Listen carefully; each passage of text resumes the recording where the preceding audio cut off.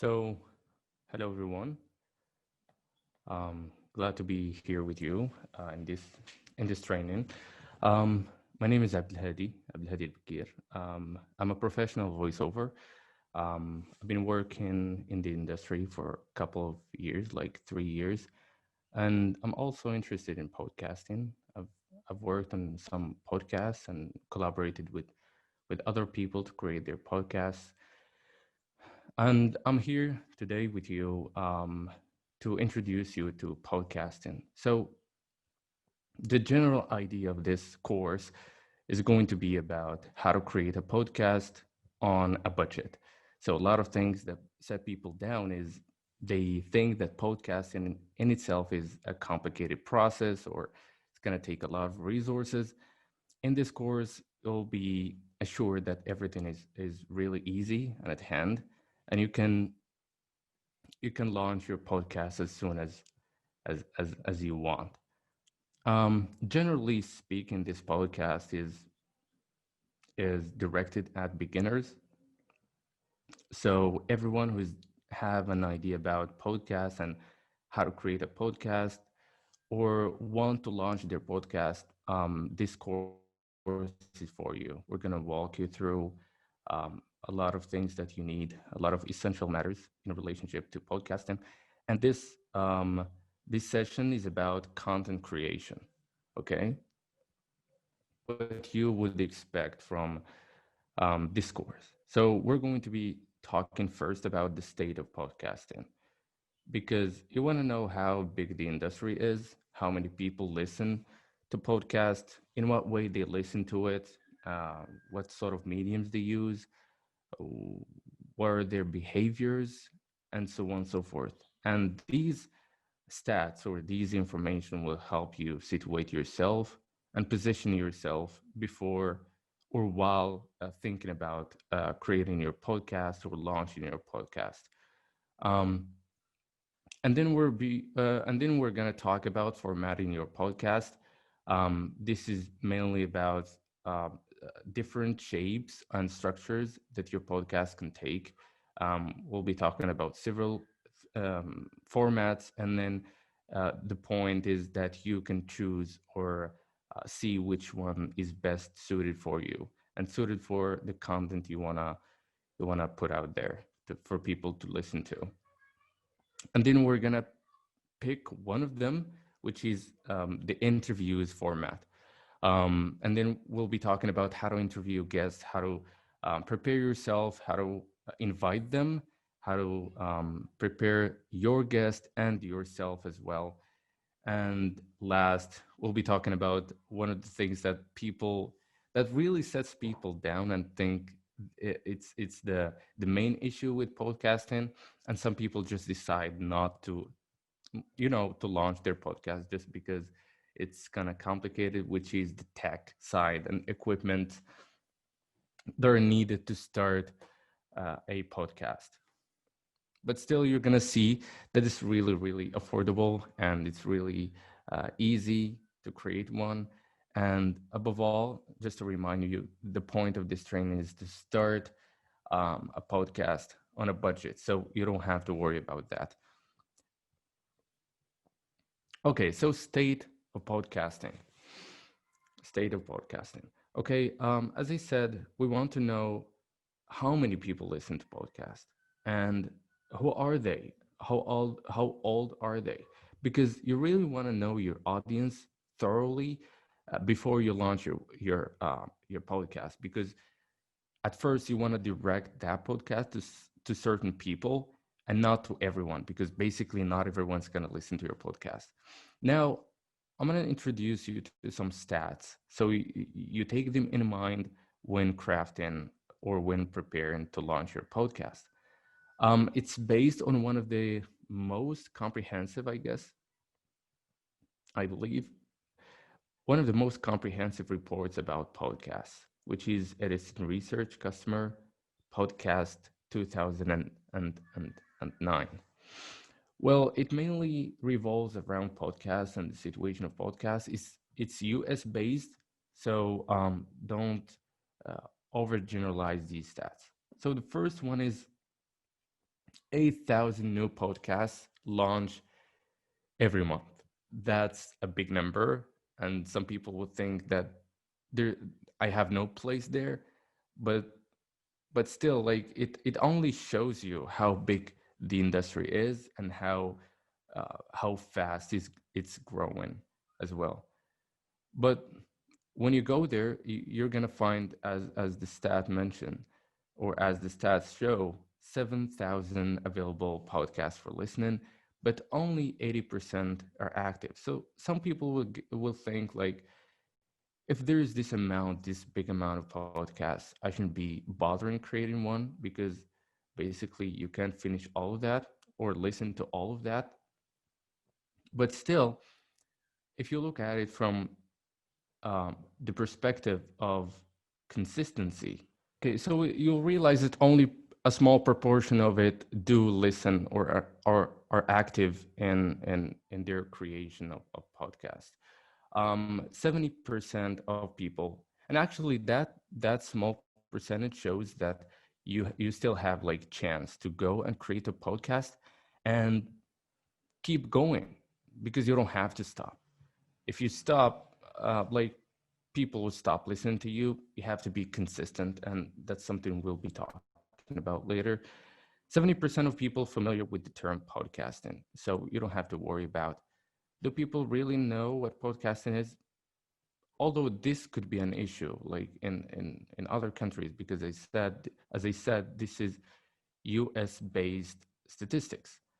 um, but I guess, like, people here are pretty familiar, like in Morocco and our countries, they're pretty familiar with podcasting, but it's not that widespread, the culture of listening to a podcast. Because in the US, for example, only 51% have listened to a podcast before. So we have like half population don't know what a podcast is. Um, the access, like, you want to ask yourself, how do people um, access or listen to their podcasts or content or whatever? So generally speaking, 65% of people listen using their smartphones.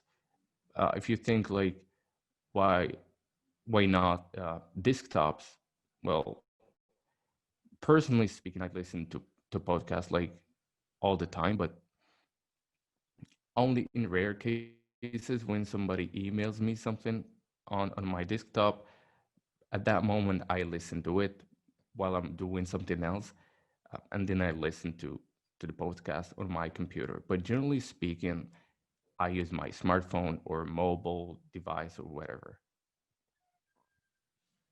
So, another question that you may ask yourself: which podcast topics are consumers interested in? And you really want to do this because at first, when you're thinking about launching your podcast, the first thing you want to think about is your concept or the topic you'll be discussing, because your whole podcast, or at least a season of it, will be revolving around one specific topic. Um, so we want to choose it carefully, and these stats will help you a lot. For example, if you decide to go for music, you'll have 39% of people will be interested to listening to your podcast. But if you decide to go for language, for example, which is at the bottom of the table, only 9% will be interested to listen to you. So this is really important, because if you're planning to tap on a large audience, you have to choose your topic very carefully as well. Okay, we'll move to another question. So, amount of podcast episode typically listen to. So when you put out your episode, don't expect that people will listen to it, the whole of it. Not really, because for example here, um, here's a question. Think about the audio podcast episodes you've listened to. Do you typically listen to, like, how much time do you spend listening to that episode? So 52% listen to the entire podcast, and 41% most listen to the most of it. So, for example, if you have like 200 downloads of your episode, expect that 100 people will listen to the entire episode, and 41 percent of those will listen to some of it or most of it. And this is really important when you're thinking about the length of your podcast. You don't want to make it so long, and you don't want to make it uh, you don't want to make it take a lot of time from your listeners. Although this question of how long it should be is it's highly debatable, and we'll be talking about it later as well. Reasons for listening. So people listen to podcasts for different reasons, and these reasons matter, as I said. So you need to know for which reasons people listen to podcasts, so you can match those reasons and gain more popularity and larger audience as well. So the majority of people listen to podcasts to learn new things. That's self-evident, but you need to ask yourself all the time what sort of value I'll bring to my audience. What are they going to learn from my podcast? Because the more value you present your people with or your audience with, the higher chance you'll gain a larger audience. But still, like, not all podcasts are for learning. Some of them are for relaxing, like meditation, for example. So 51% of people listen to podcasts to relax. So it depends on the niche you want to target. Are you aiming to teach people something? Are you aiming to help them relax? Are you going to motivate them? It really depends on your topic and your goals. Okay, now we're done with stats or the state of podcasting nowadays. It's clear that it's growing so fast and people listen to it from all over the world for different purposes, using different mediums, and having different goals in mind. Now, in all these, within all these variables, you want to situate yourself and know which people you want to target and how are you going to benefit them, because it depends on the value you want to bring to your audience. And this is really matters if you want to make your podcast successful. You shouldn't be just launching your podcast and expect that everyone's going to listen to it and it's going to be successful. Not all the time. So pay attention to these things before you start formatting your podcast. Um, we mean by this that your podcast can take several forms and several structures when building your episodes.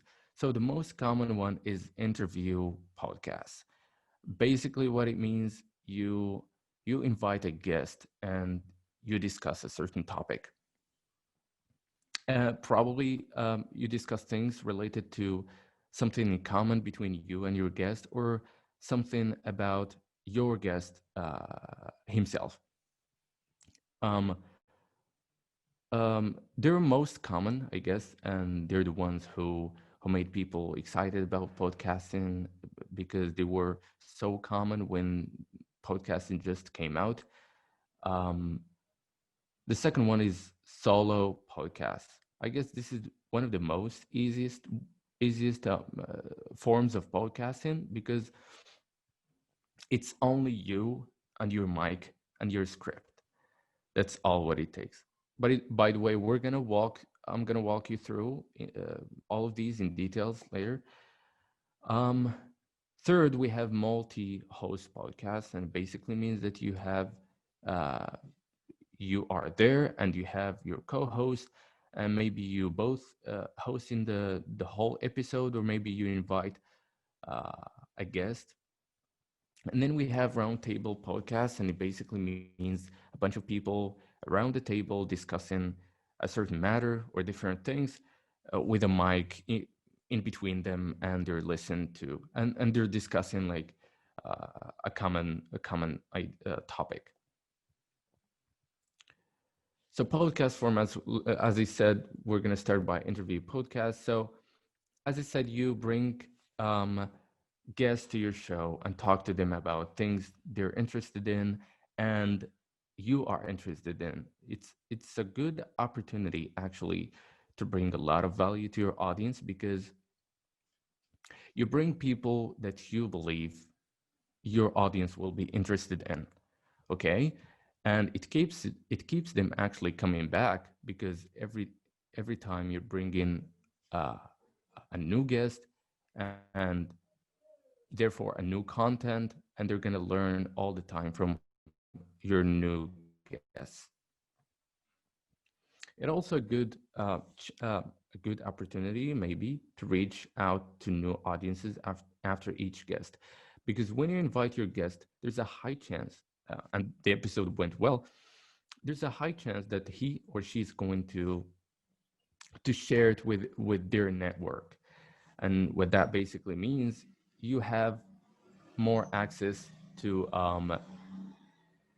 new audiences and to new people each time you bring a new guest.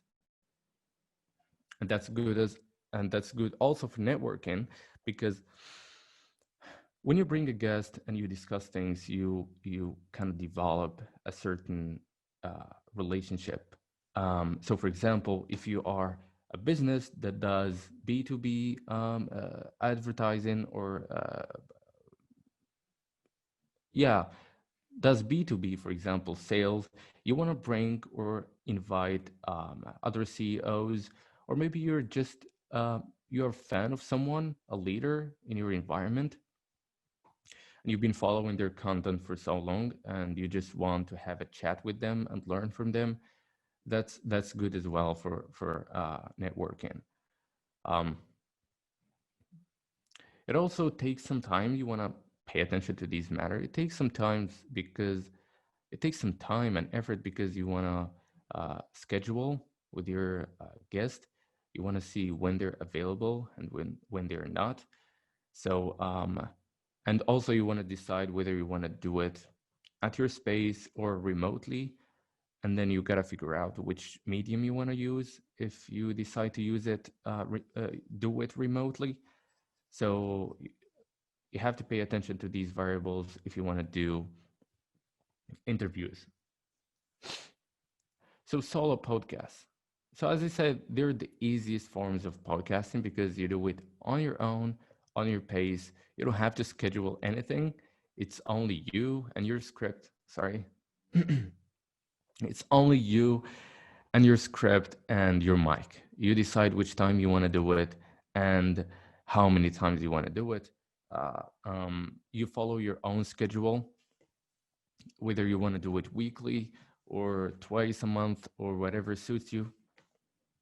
Um, it actually requires a lot of energy, because you're relying on yourself. You want to entertain people, you want to keep them engaging, you want to keep them listening to your show. So you don't want to start like so energetic and then fall all the way down, feeling bored, and therefore you're gonna bore your audience. You don't want to do that. So make sure you've got like strong hosting skills. Um, this form of podcast is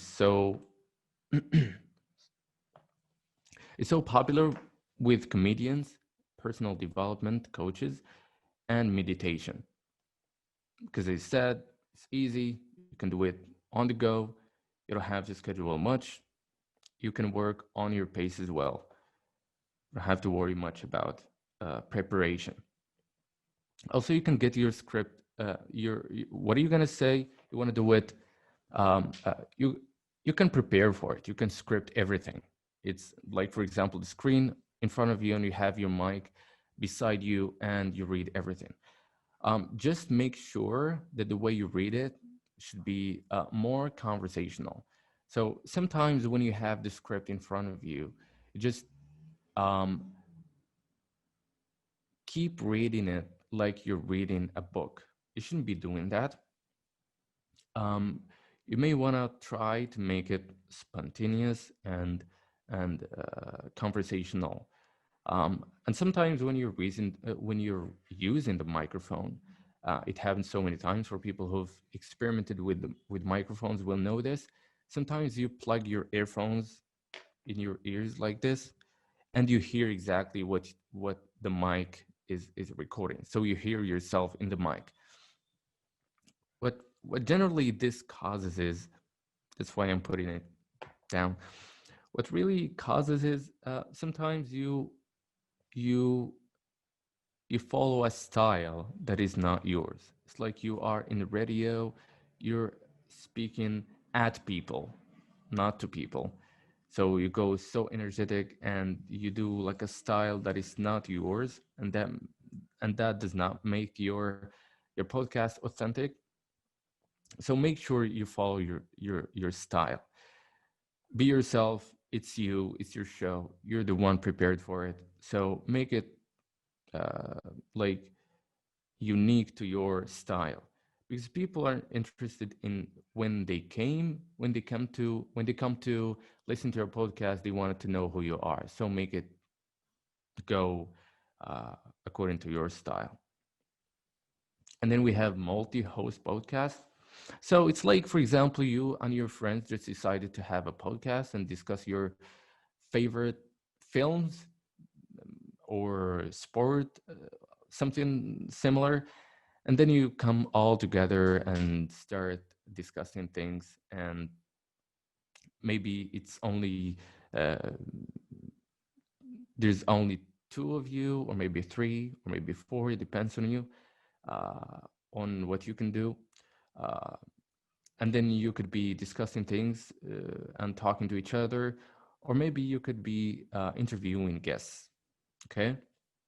So you and your co-host are talking to a guest and asking them a couple of questions about a certain topic, maybe they're interested in, or you are interested in, um, or maybe your audience, you believe your audience is interested in.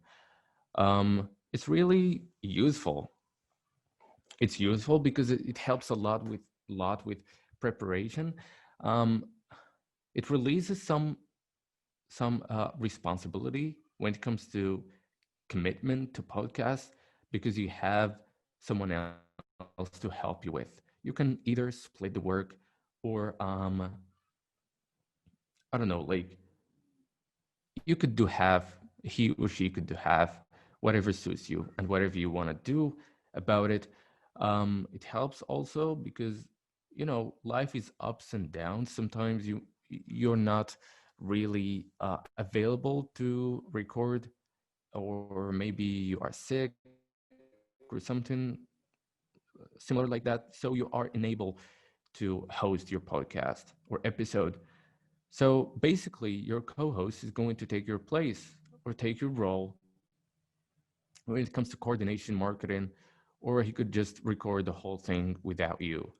So that's really cool, especially when times are tough.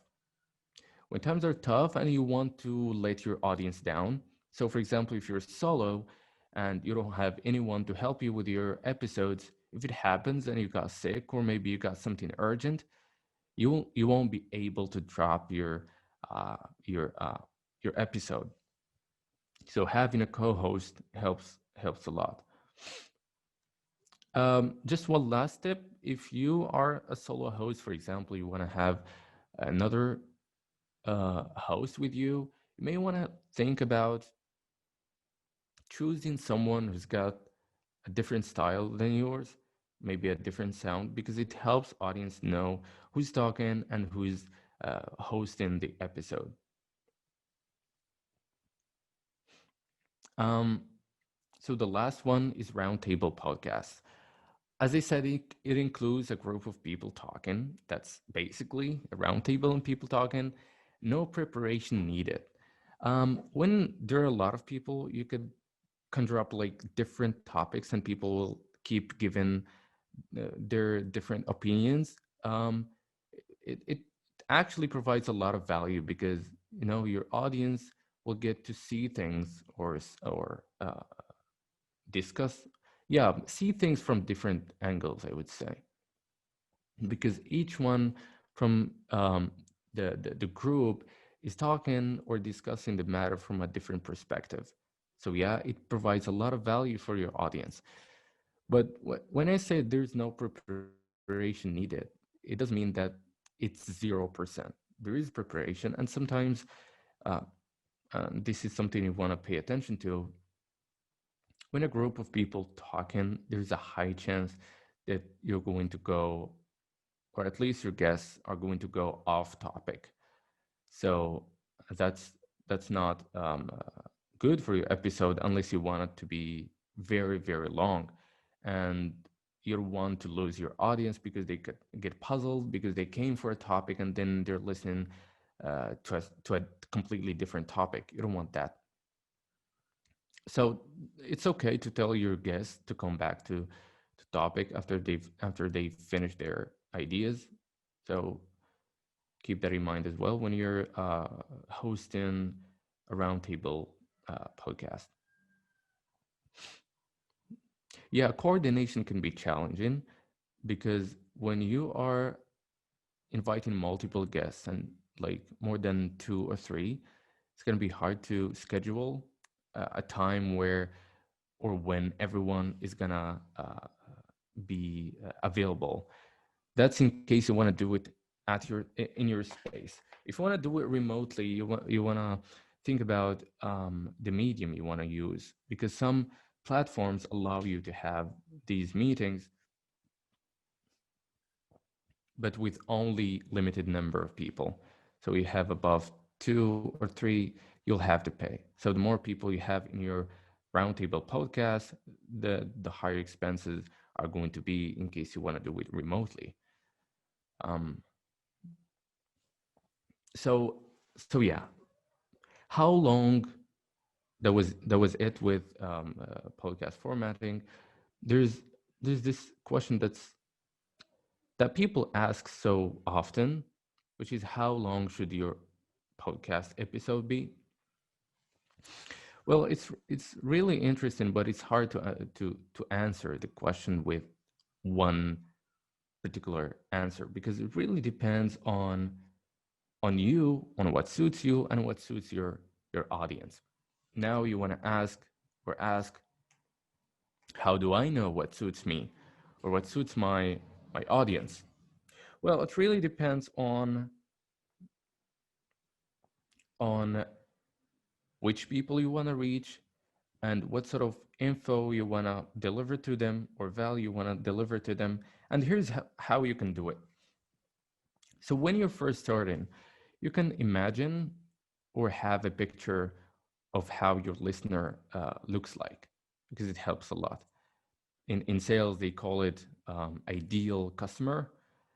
In this case, we call it ideal listener. Okay. So when you want a picture, have like an avatar in your mind. This is how my listener looks like. This is how they behave. This is what they're interested in. This is what they like, what they don't like. After you define these variables, it's going to be much easier for you to create your podcast, to decide what content you want to focus on, and how long it should be. So, for example, if you're doing like a podcast on motivating people to start a business, so your ideal listener will be someone who's working in a job, waking up and at 8 a.m., going to work unhappily, and they're always thinking about having something of their own, starting their own business, and they're so kind of ready to do so. And when they're commuting to their job, there's this time, this free time, this dead time that you could be filling with your podcast. So for example, they may be spending an average 30-minute of commute. You can make your episode that long. So this is just an example to show you that it depends on how you picture your listener and how do you see they act they behave, and what interests them and what does not, and so on and so forth.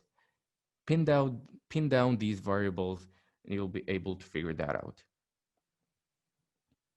Um, Podcast genres. Okay,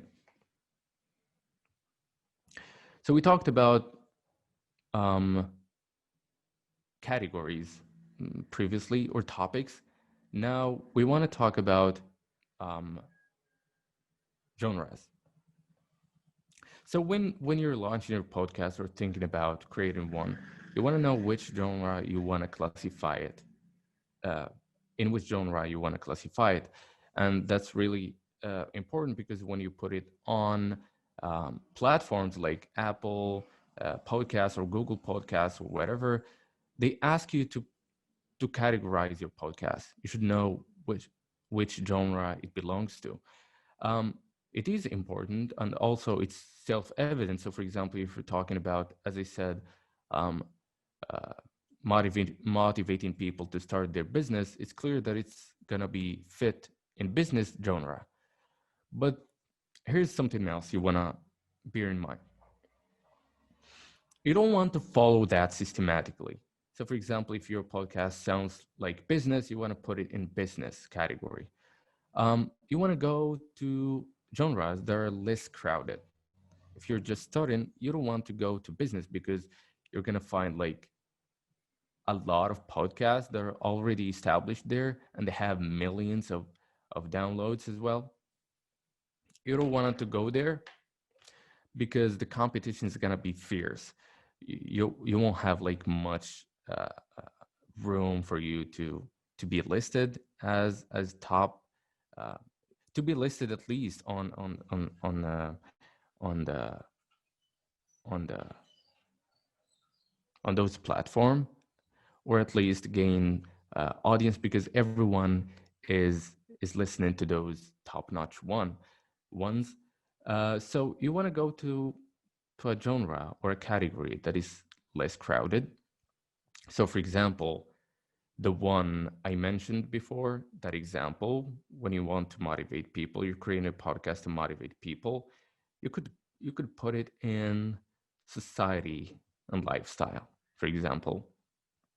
It could fit, because basically what you're doing is, um, if we have like someone who's got a job and he's unhappy about it, and then all of a sudden he started preparing for creating their own business and stuff, and then they moved from being uh, an employee to an employer. That's a change in lifestyle. General idea is, when you're looking at when you're deciding to which genre your podcast belongs to, you have to see how it relates to other genres, and then you choose the less crowded ones. Although sometimes it doesn't matter, because at the end it depends on how you market your podcast and how you reach out to people. But this idea really helps. So less crowded, less competition, and more chances to raise up. Um, so podcast artwork. Um, this is basically how you represent yourself and those podcast readers, as, for example, like Apple Podcasts or Google Podcasts and so on. This is when people are scrolling up and down podcasts, this is what they see. Okay, so they see illustrations of a podcast. So you need one. You need one that describes you, and describes your podcast, and describes your content, and it should be catchy as well. Um, because, as I said, this is what creates the first impression for your audience. So you want to think about it, and give it some time to create a good looking artwork. You don't want to go so fancy with it. Just keep it simple and to the point. Um, that's pretty much it. But it does like make a lot of difference when it comes to attracting people and attracting listeners. So have an artwork for your podcast as well. Okay, podcast skeleton. So what I mean by this is generally the whole structure of your podcast. So when you have content, you may want to ask yourself, which should I put first, which should I put last, and so on and so forth. Um, in this section, we'll be talking mainly about that. So preview clip. So preview clip is like a teaser. Let's say you've interviewed someone who's really a well-known person, and they said something really, really interesting, either for you or you believe it's going to be interesting for your audience. You may want to take that clip and start your episode with that, so people get hooked to your episode and be willing to listen to it. Um, then you have your intro, podcast to podcast, or jingle. Okay, so the intro is straightforward. The jingle actually is straightforward. It's that music that marks your podcast.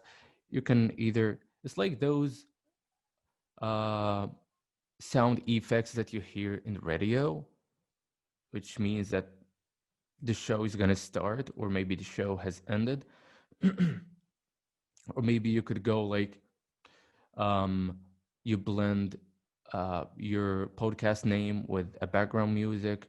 Like you could play with it the way you want.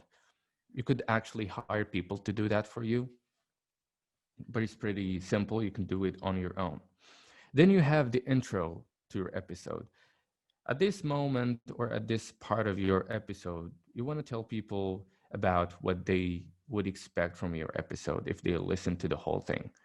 So maybe you could be highlighting the the main ideas, or presenting your guest, not presenting, but giving a brief description of your guest. Um, so that's pretty much it. You introduce your people to the episode and give them an idea about what they're gonna be listening to, and then sponsored ads or updates in case your podcast got sponsored. Um, some companies like to give you an already made audio file to put it just in that place, or put it in your episode and run it. Um, in case you got like sponsored, what I'll recommend is make it host read.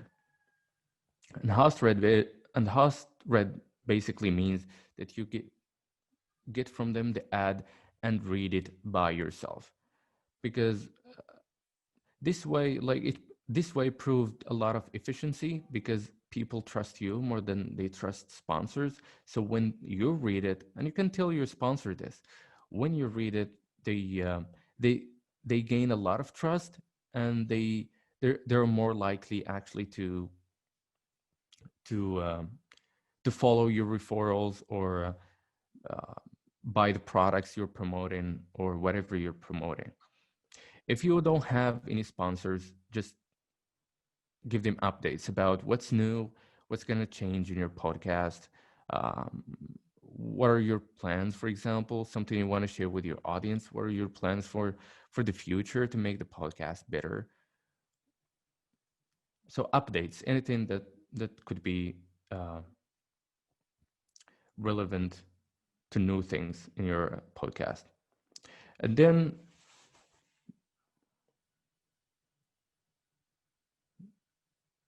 yeah, episode summary.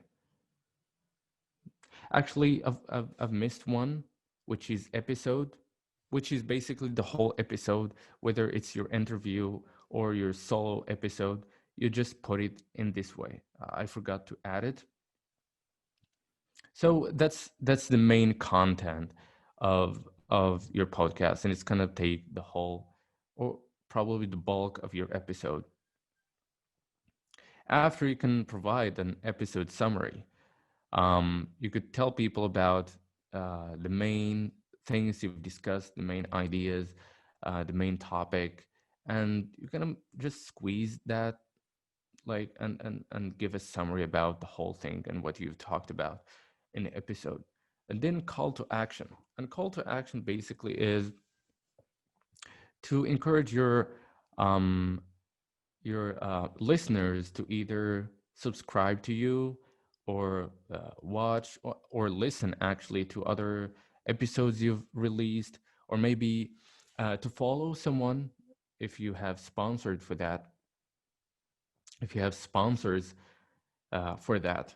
But you don't want to give them like a lot of calls to actions at the same time. Like each episode, tell them one thing, either to follow you or to promote your work or to share the episode with their friends or network, or maybe to click on your referrals in in the episode description. Each time you give one call to action, don't overwhelm them. Tease next episode. So this is your chance to keep them engaged. You want to bring them back and make them come back again for your to listen to your episode. So you might want to give a brief description of what's going to happen in the next episode, just to keep them hooked and make sure they're gonna come back. And then your episode outro, it's similar to your jingle, probably a background music with some words related to your podcast, or maybe the title of the podcast. It's really something easy to do.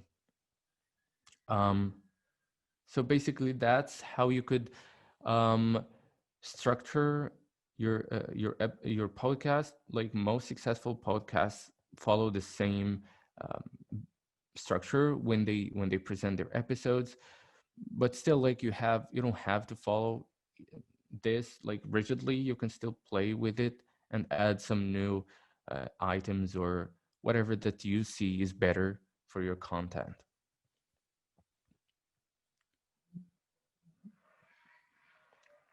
So, as I said, we'll be talking about interviews and interviewing guests. Okay.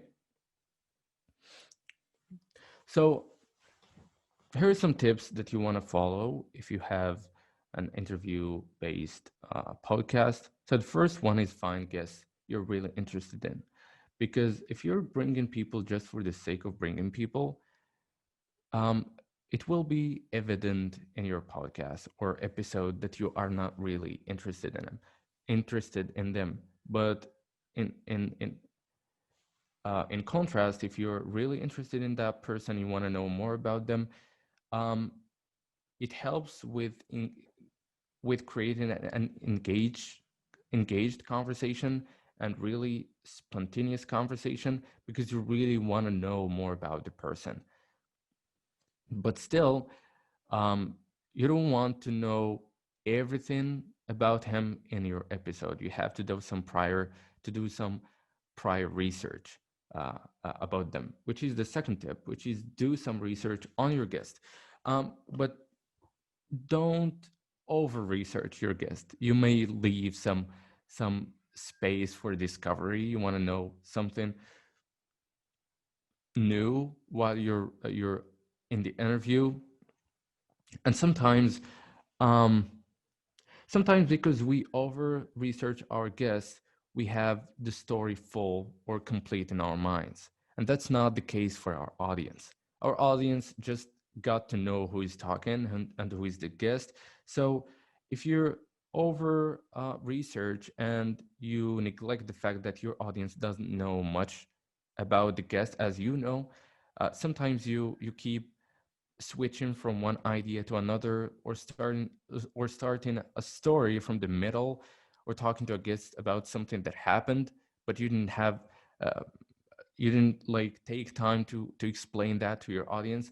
So that's good as well, and that includes also preparing, asking probing questions. Make sure that you have some good questions that they're supposed to bring value to your audience. Sometimes people keep it really superficial about like they would ask the guests where they do when and why they've started it, and like things that people could find online. You don't want to make it that way. You want to bring exclusive value when it comes to interviews. You want to bring the best out of it, and that's by making sure you ask things that you can only get answers for via an interview. So that's what's going to make people uh, actually appreciate your work and make sure they come back another when you bring another guest.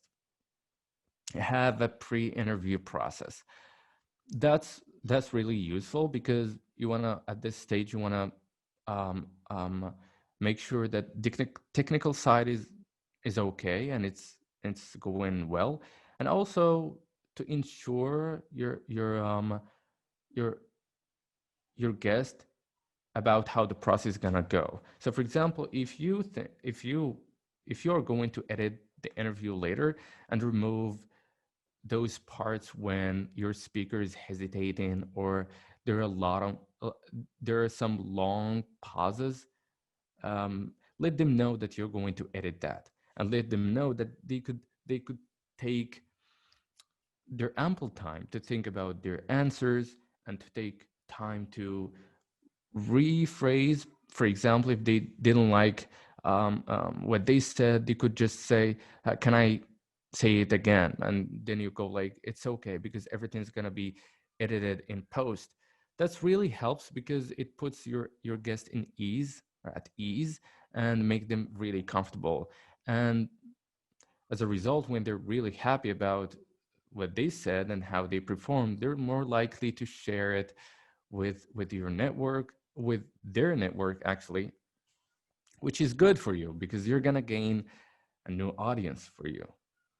um, do not interrupt the guest. Well, that's kind of straightforward, and it goes hand in hand with practice active listening. So you're here to discover, you're there to learn new things. So the value is coming from the guest, and you are the one who's asking good questions to bring about that value. So all what you have to do is ask those questions and let your guests express themselves. um, so yes, those are good tips that you could follow. There are plenty of them actually. um, but so far I just pulled out like what I saw as going to be like the essential for beginners. Okay.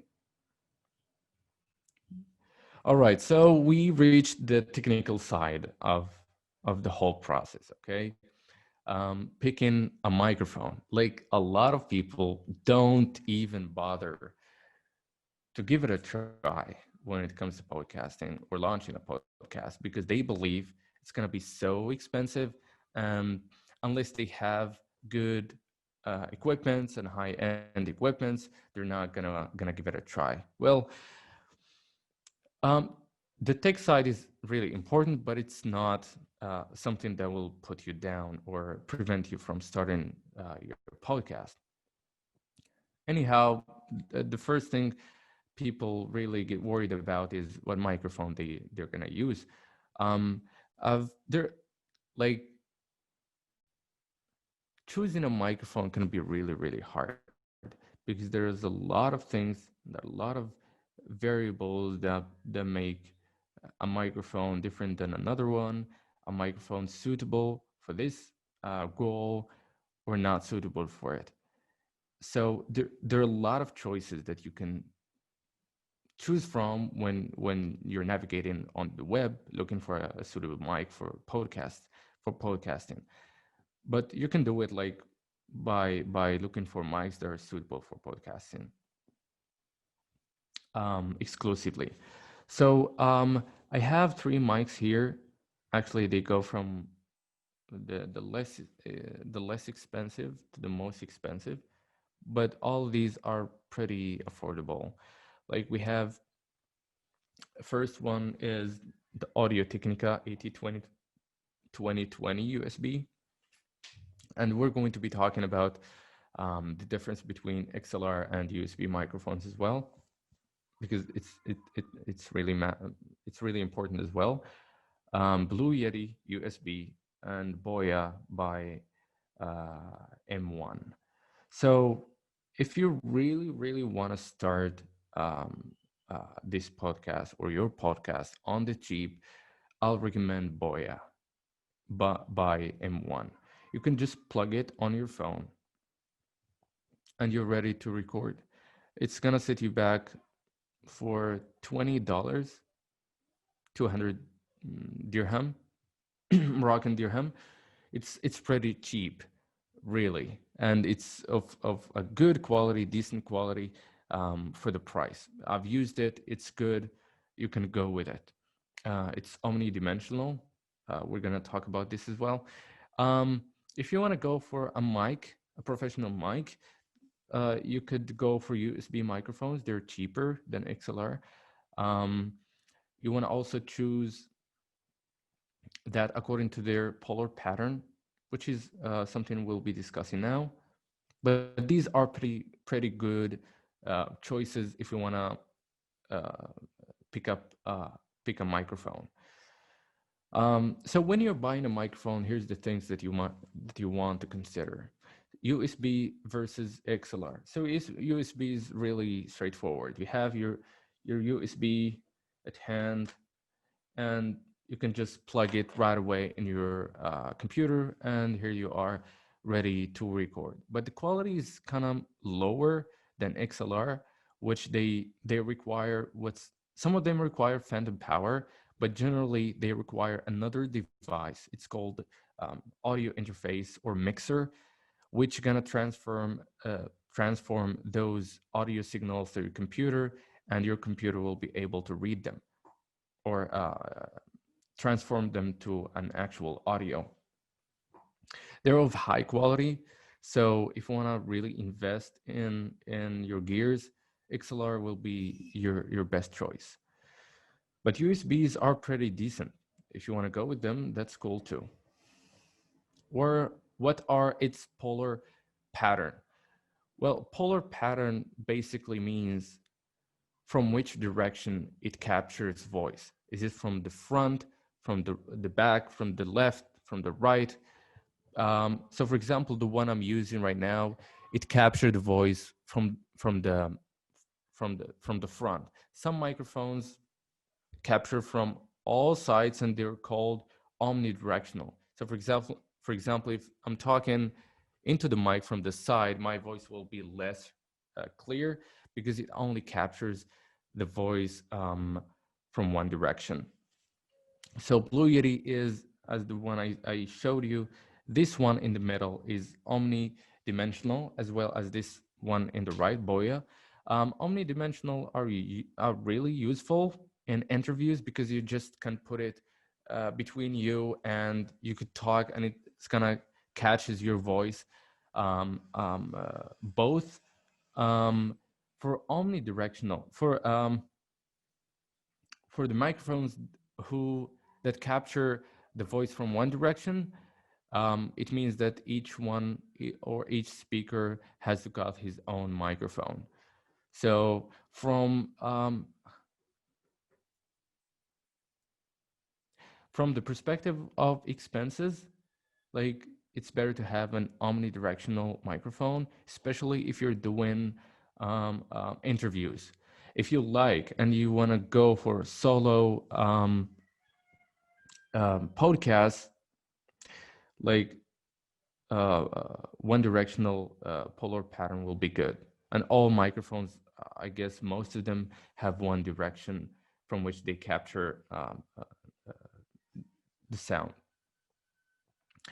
Does it have zero delay monitoring? So delay, here's how you can understand. If you look at the Blue Yeti at the middle, there is this jack where you can plug your earphones and listen to what the microphone is capturing. So you can listen to your voice while speaking.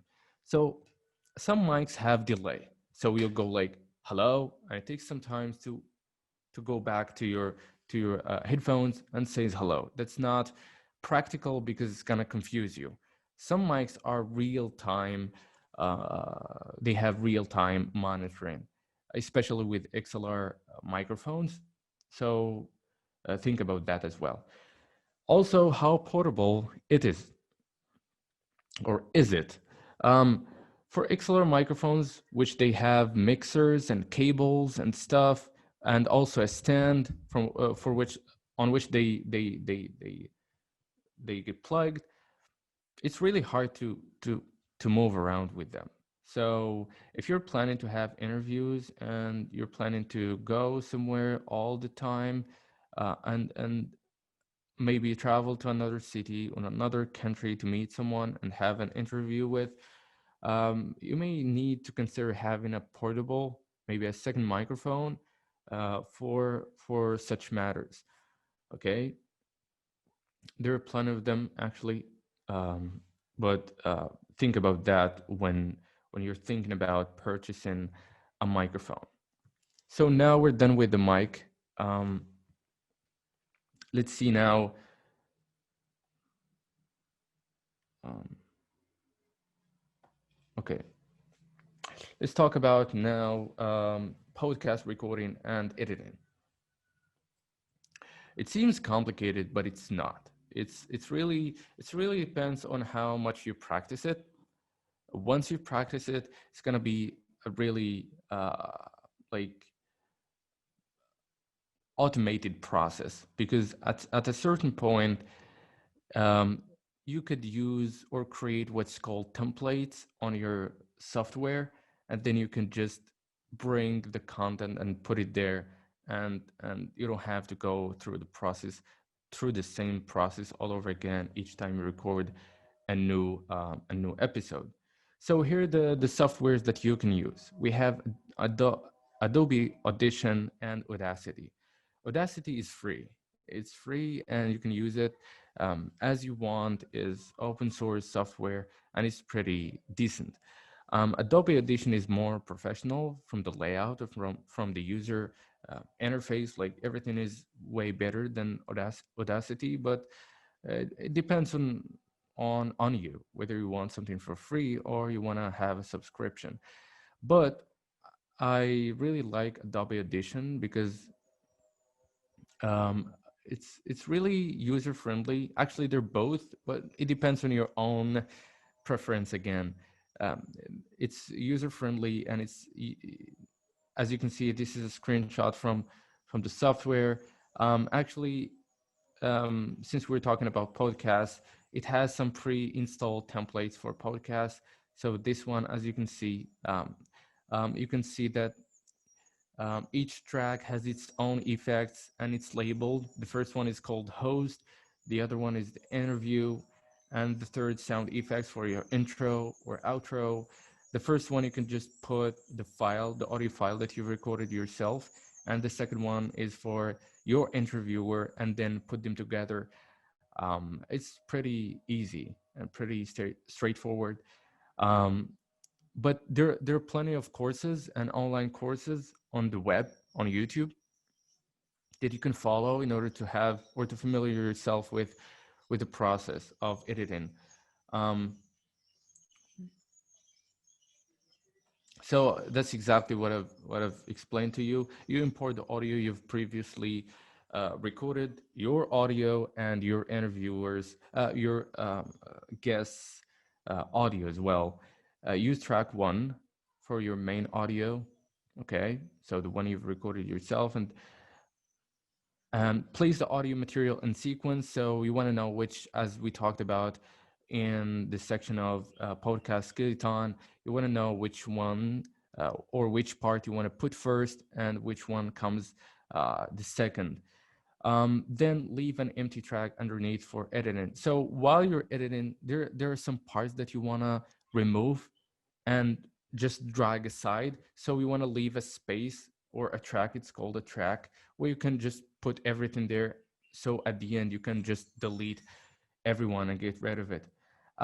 You'll add music, sound effects, or secondary audio later in the editing process. So after you put everything together, then it comes the stage where you choose um, a soundtrack or a music background for your podcast. So here are um, some steps that you want to follow while you're doing your editing. Okay, so listen or re-listen to your material. Decide what sections you want to keep or delete, and think if you want to change the order. So as you listen, especially like you can do this if you've recorded um, if you recorded your interview or your podcast in the morning, you want to leave it to the next morning, and you've edited it actually. You've done the editing process and you finished it. You may want to leave it to the next day so you get like a fresh listening to your material, and you decide what's better and what's not, what needs some improvement and what needs to be deleted. Remove background noise. If you have background hiss, computer noise, sometimes it happens quite often. Like when you're recording, there's always probably a fan, or as you could hear, I don't know if you could hear it or not, there are a lot of noises outside. So you want to get rid of that because the mics captures it and include it in the audio. Most of audio softwares include an inbuilt tools for noise removal. So especially Adobe Audition, there are plenty of them. There are also some plugins actually. They're free ones and paid ones that they can do the same job efficiently. Which is as in here in the second point, use the noise reduction tool so you can delete everything or remove the background noise. Delete unwanted material. Delete any material that you will not use. For now, just concentrate on the large chunks that you don't need. Don't worry about coughs and other minor noises that you want to fix. So at this stage, you listen to the full audio as a whole and see which parts you see as irrelevant or which parts are. It's like you're editing on the macro level of your audio file. See which parts needs to be deleted. See which parts that probably you see them as unwanted or unnecessary or making your episode longer for no obvious reasons. You can delete that. And then, which is something you will do later, you edit on the micro level. Sometimes your guest coughs or gives like some long pauses, like awkward moments. You want to delete that as well. Those are minor noises that you want to fix later. So as I said, go through the audio and fix all the unwanted noise. Sometimes you want to delete and close the gap. For example, if there's a cough, as I said, but sometimes you'll not want to close the gap and yet remove the noise. For instance, if somebody breathes louder, oh, sorry, let me just move this one. And yet still remove the noise. For instance, if somebody breathes loudly, for such occasions, copy a section of audio during which nobody's speaking at the start of the recording and paste it over the unwanted noise. This will perceive the natural pacing of speech. So here's how it goes. So for example, if if someone is speaking and then he start breathing loudly, well, the first tip was to delete that breath, okay? But when you delete it, the audio goes like this. It squeezes and then it becomes unnatural. So we have to have something instead to replace that breathe. So what you can do is record a silent a silent small part, or go to the first or the start of the recording where no one is talking, and copy a part of it and put it instead of the breath, so you can follow the same natural pacing of the speech. um,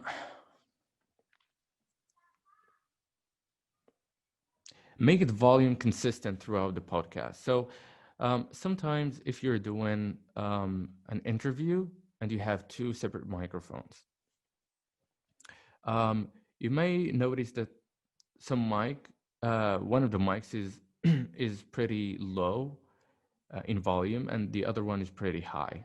So you want to fix that because you don't want your audience listen to someone who's speaking really at a lower volume, and then they would increase the volume of their phones, and then you come out and speak so loud. You're gonna scare them. So we want to normalize. Normalizing is another process that you can learn about. It basically means taking the highest frequency in your audio and the lowest frequency in your audio and bringing them together. This is what normalization does for audios. Um, so you can make it about a -2 or -3. -3 is better, especially if you've added music. And then amplify any areas that remain too quiet. So if your speaker or guest is talking too quiet, just go at that part and increase the volume uh, very simply. And then you add music or sound effects.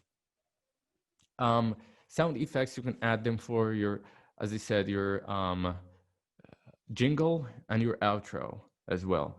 And then for the whole recording, you can add your music. Just make sure that you have the license for the music, or in case you want to go for that path, you could just basically or easily go to uh, non-copyrighted musics. Some artists just choose to give you non-loyalty music tracks, but you have to credit them. Okay, so pay attention to these, because sometimes when you upload your episodes, it happened to me actually. I was using random tracks of music, and then I uploaded like 3 or 4 episodes on Anchor, and then they were all received all claims for copyrights infringement, and then you won't be allowed to upload them anymore. So pay attention to that. Um, Export your file in MP3 format. Actually, you can export them or export it in WAV format, but it's a lot heavier. And some platforms give you a really limited space for or storage for your episodes, and once you exceed it, you have to pay. So MP3 is light, is actually than lighter than WAV. And then put everything together and export the project in MP3 files, as you said.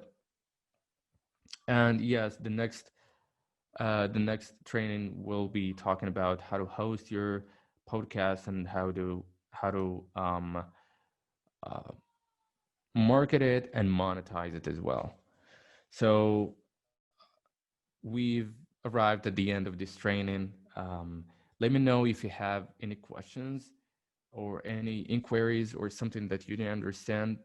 I know there are a lot of things that are kind of complicated, and I went over them in general terms, but um, the training aimed to give you like a general idea and essential things that you need to get started, and also to clear some misunderstandings about uh, the necessity of either, for example, equipments, high-tech equipments, or is editing a complicated process or not.